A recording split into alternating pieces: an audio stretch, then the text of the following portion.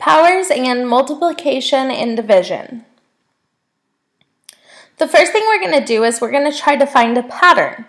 Notice in this table I have an exponent form, and in all of those problems in that column, we are multiplying two powers that have the same base. In this case, all of the bases are 2. That's just what I chose to use for this example. They could be anything as long as they are the same base that is being multiplied by another power with the same base. So if you look across the first row, we have 2 to the first times 2 to the first. Well, 2 to the first is just 2, so this is 2 times 2. If you think back to how to write a power, if you look at 2 times 2, it could be rewritten as 2 squared. Then in the next row, we have 2 to the first times 2 squared. Well, 2 to the first is 2, and then 2 squared is 2 times 2. So written in repeated factor form, I have 2 times 2 times 2, which could then be rewritten as 2 to the third power. 2 squared times 2 squared, written as repeated factors, would be 2 times 2, which is 2 squared, times 2, which is the other 2 squared. Written using just a single exponent, that would be 2 to the fourth. And this pattern continues of what I've done. 2 squared times 2 to the third would be 2 times 2 times 2 times 2 times 2, which can be rewritten as 2 to the fifth.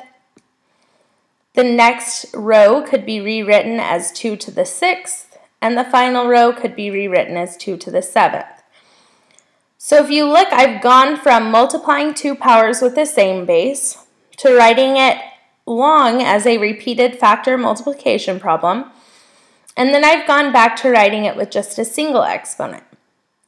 If you look at the original exponents in the far left column, and then you look at the right row down with the red 2 to the powers, if you look at the first column's exponents, and then the last exponent that I wrote, you can find the pattern that when we're multiplying two powers with the same base, we can add the exponents, and that becomes our new exponent when we write it with a single power.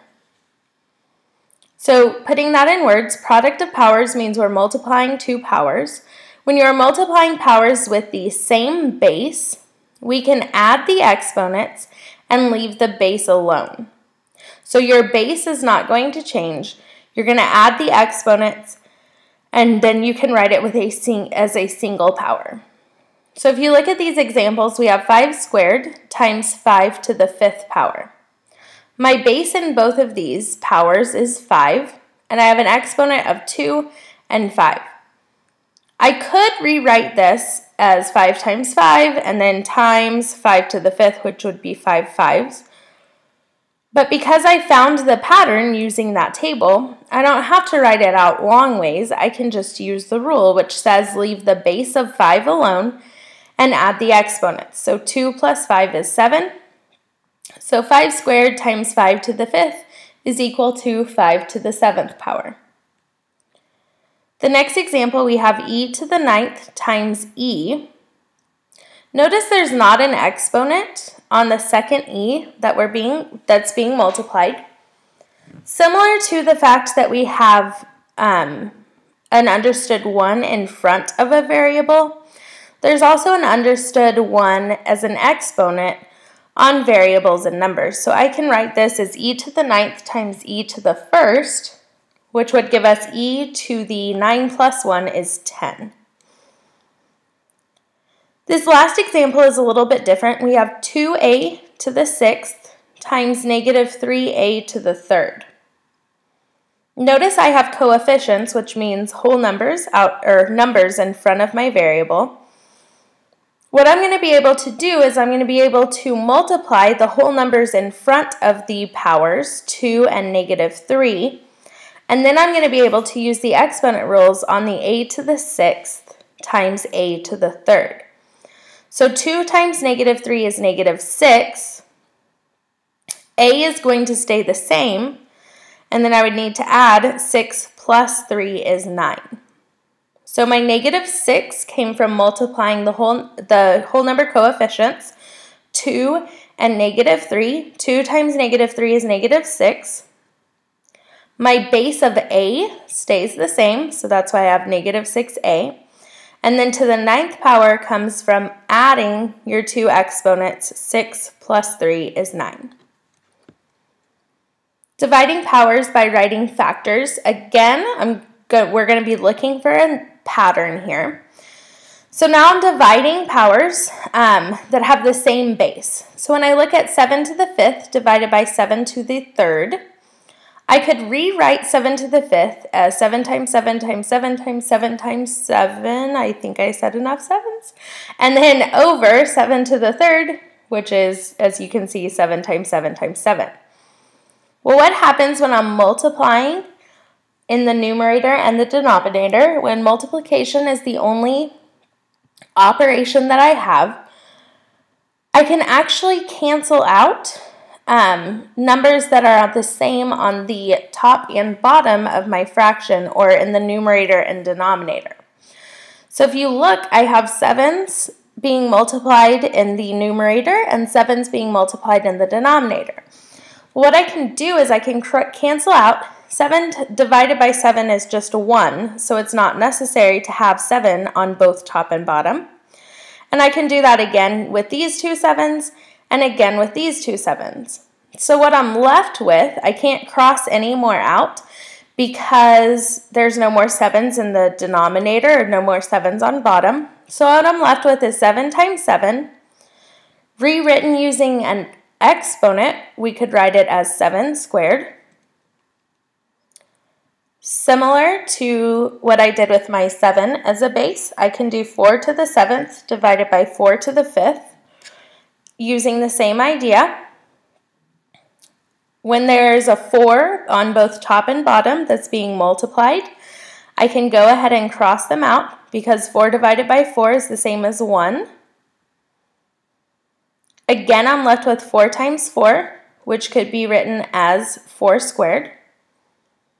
And then a to the 6th divided by a to the 5th. Again, same idea. I can cross out a's on both top and bottom.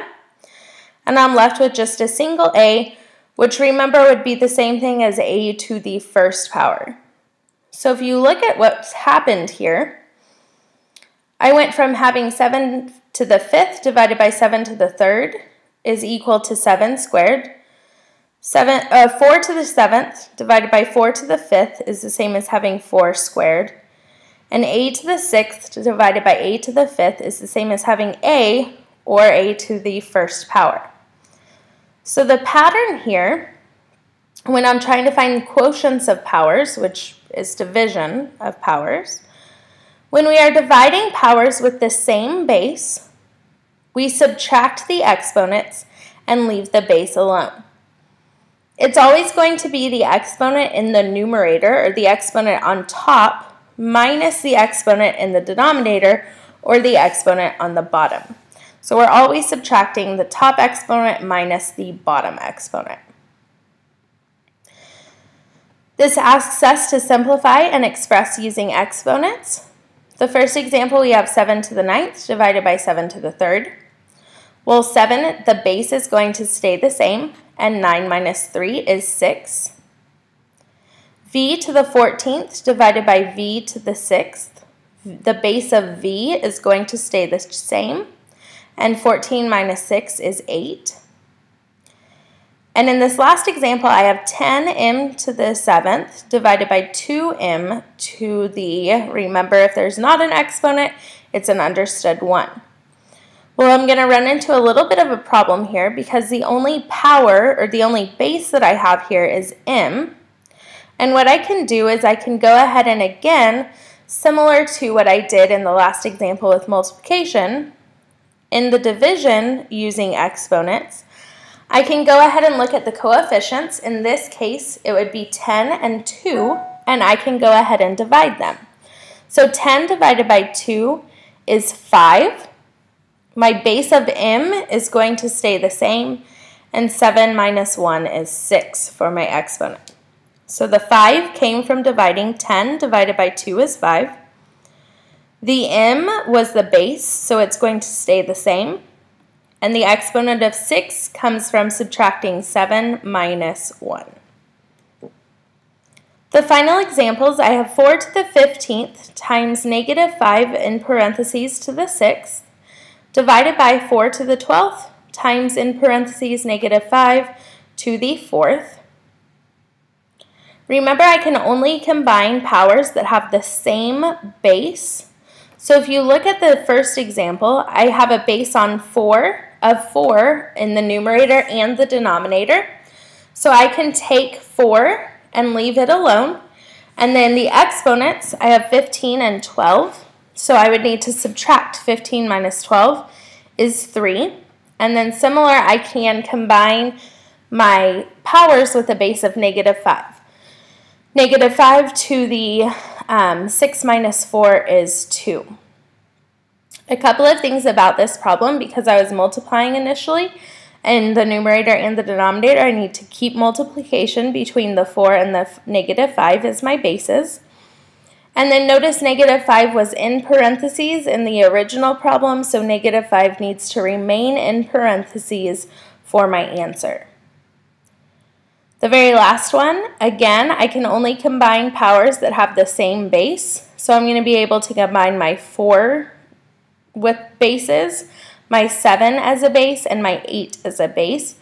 Using exponent rules, I would need to subtract the exponent in the numerator from the exponent, or minus the exponent in the denominator. So that would leave me with 4 to the 6 minus 4 is 2, so 4 squared, times 7 to the 3rd times 8 squared. So my 4 squared comes from keeping the base of 4 and subtracting 6 minus 4 is 2. My 7 cubed comes from leaving the base of 7 alone and having 5 minus 2, which is 3. And my 8 squared comes from leaving the base of 8 alone and subtracting the exponents. 10 minus 8 is 2.